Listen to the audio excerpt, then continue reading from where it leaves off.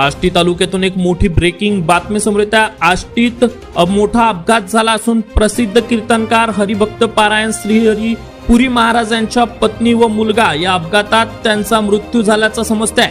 प्राप्त माहितीनुसार आष्टी तालुक्यातील कापसी फाट्यावर आज हा भीषण अपघात झाल्याचं समजतंय.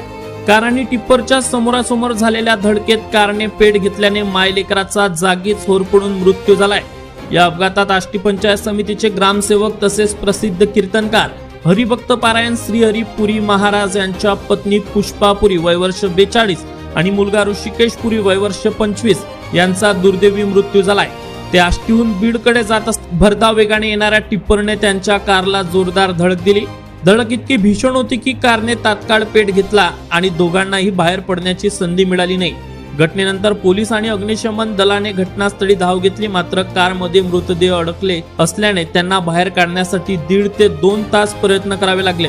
दरम्यान ही घटना घडली तेव्हा श्री हरिपुरी महाराज हे कीर्तनात व्यस्त होते. या दुर्दैवी घटनेमुळे संपूर्ण आष्टी तालुका आणि बीड जिल्ह्यात शोककळा पसरली आहे. याबाबत फोन लाईन वरून आपल्यासोबत जोडल्या गेलेल्या आहेत आज मराठीचे मुख्य संपादक अविशांत कुमकर. अविशांतजी, काय सांगाल, काय नेमकं माहिती मिळते, कसा हा अपघात झालाय आणि काय परिस्थिती सध्या आष्टी तालुक्यात आहे? हा बीड जिल्ह्याच्या आष्टी तालुक्यातील कापशी फाट्यावर आज सकाळी 10:30 वाजण्याच्या सुमारास श्री हरिपुरी महाराज हे कीर्तनाला असताना त्यांच्या पत्नी पुष्पा आणि मुलगा ऋषिकेश हे बीडकडे जात असताना समोरून येणाऱ्या टिप्परने जोराची धडक दिली.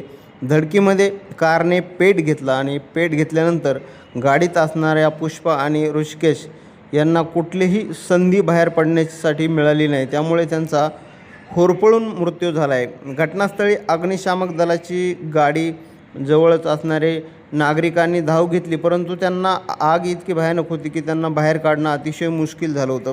त्यामुळे डोळ्यासमोर सगळ्यासमोर ह्या दोघांचा मृत्यू झालेला आहे.